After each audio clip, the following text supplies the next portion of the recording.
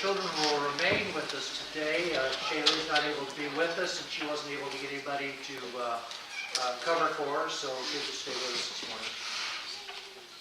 First Sunday of Lent, thank you to our worship team for that powerful time in music and song and worship.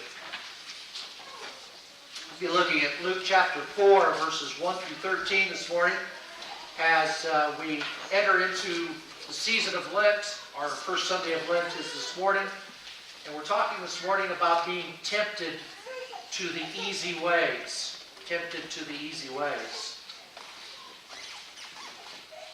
I was doing some reading and research in preparation for this message as well as for the Lenten season, and got me, I sometimes end up down through some rabbit holes and looking at different things and get distracted and doing different research. One of the things I came across was an article that really fit, though. It kind of ties into what we're talking about this morning. And it was regarding Dr. Kent Knudsen, who some of you would be familiar with that name as a former president and is now passed on to the Lord, was president of the ALC back in the days of the ALC. He wrote this particular article that was quoted by another author in a book, and this is what he wrote. He says, "On the Saturday before Easter, I and my family got up early to visit my mother, who lives in a small town in Iowa. She's 82 and in ill health. We expect that she will die soon. So in reality, the Knudsen family went to see her to say their goodbyes. While we were visiting with her, we then received the sad news also that my sister's son had a terminal illness. Late that evening, we returned to Minnesota, he said, or to Minneapolis. He said it had been an emotional day for them. The next day was Easter, and that was a great day for the entire Knudsen family. Early on Monday morning, we took our daughter to the bus so that she could return to Luther College. At 1 o'clock, the call came. The bus had overturned. Some of the students were injured. Several were dead. At first, they were certain that their daughter was amongst those who had been killed. Within a few hours, she did phone them to assure them that she was okay." Kent Knudsen wrote in his diary at the end of that day, or his journal, he says, "And that's the way life really is." It was later that very same year that he ended up in the hospital in Rochester, struggling for 5 months with a rare brain disorder that ultimately took his mortal life. A disease that he contracted while he was in Asia, looking at missionary congregations there, serving the Lord, and then came down with the disease. But still his testimony was, and that's the way life really is.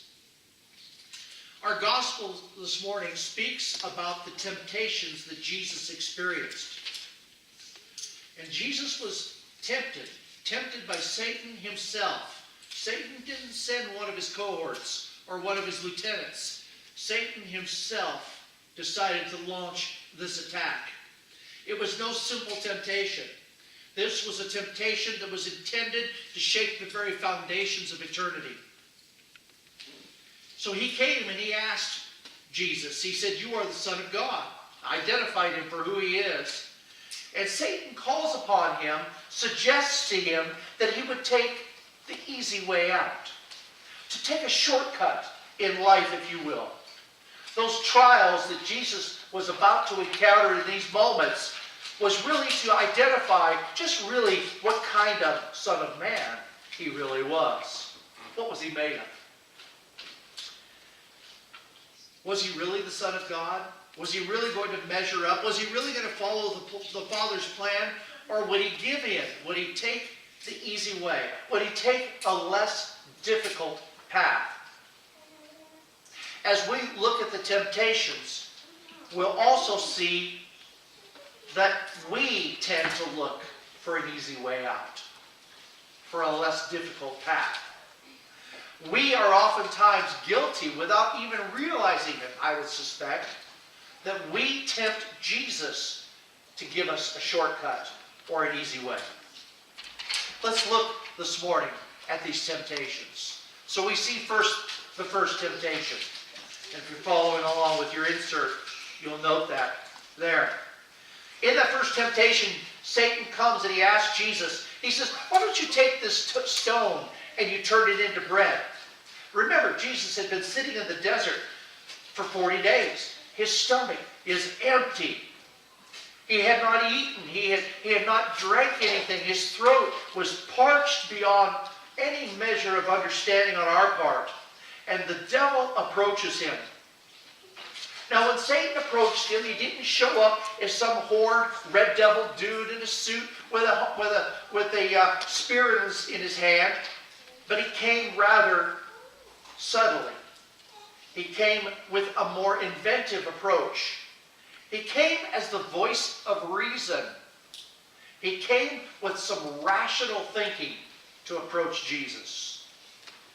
Perhaps he approached Jesus in this way. You look like you've had a rough time. By the way, don't forget, you are the Son of God, right? Why don't you take this stone? Why don't you turn this into bread?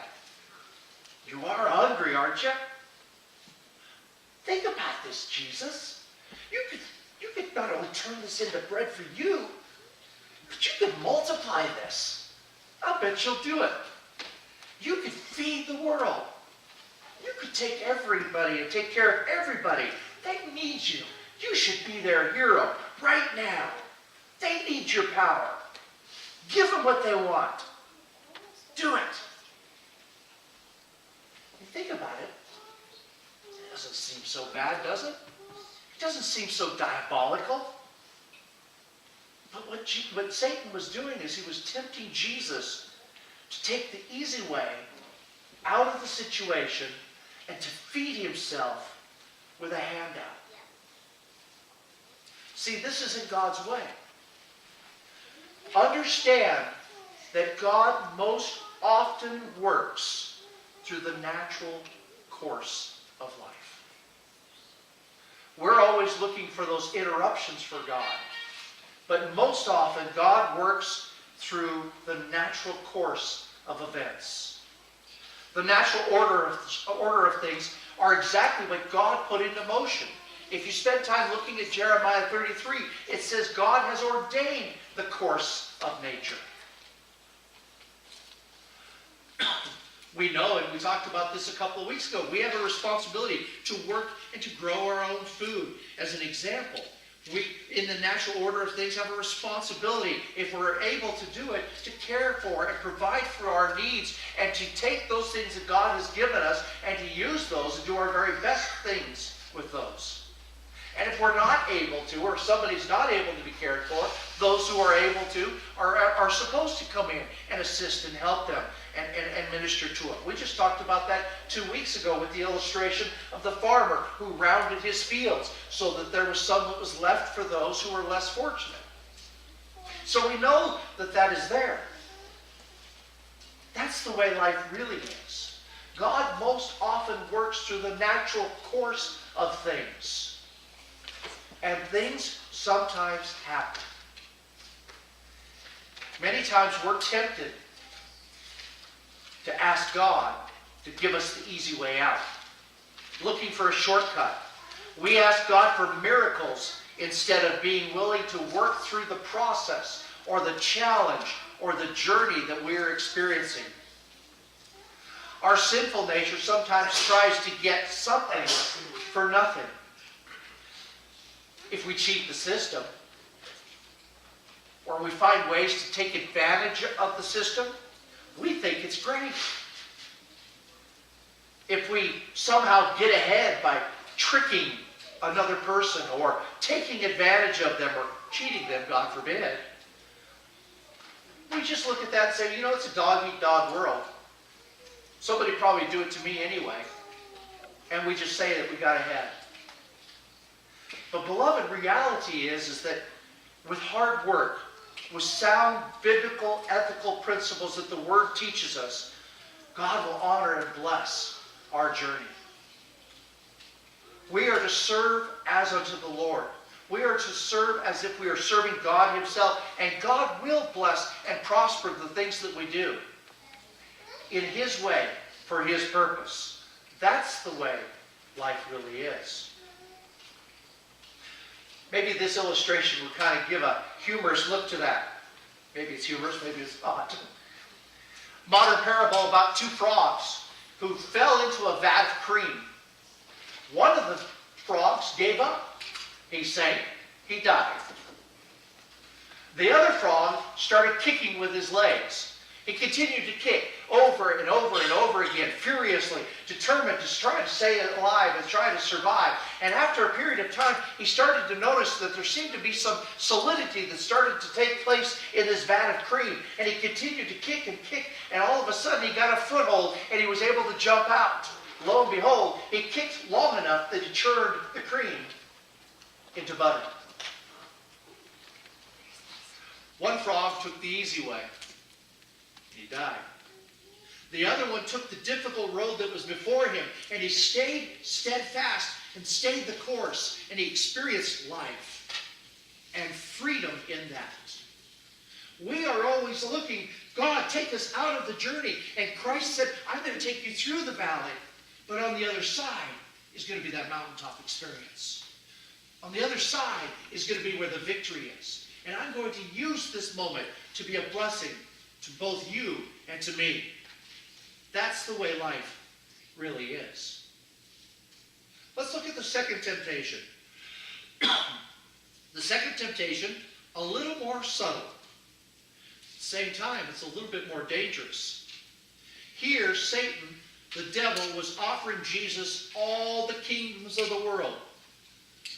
All Jesus had to do was worship or put his allegiances to the devil. The devil might have said something like this. You know, you really ought to be king of more than this little Israel. You really deserve more than that. I know. Why don't you be king of everything? Tell you what, Jesus, I'll give you the whole world. You can be king of it all. You can have control of every bit of it. All you have to do is bow down to me. I find it hilarious in my mind that Satan was trying to give Jesus what he didn't even own, and Jesus already possessed title of. But isn't that the way he works?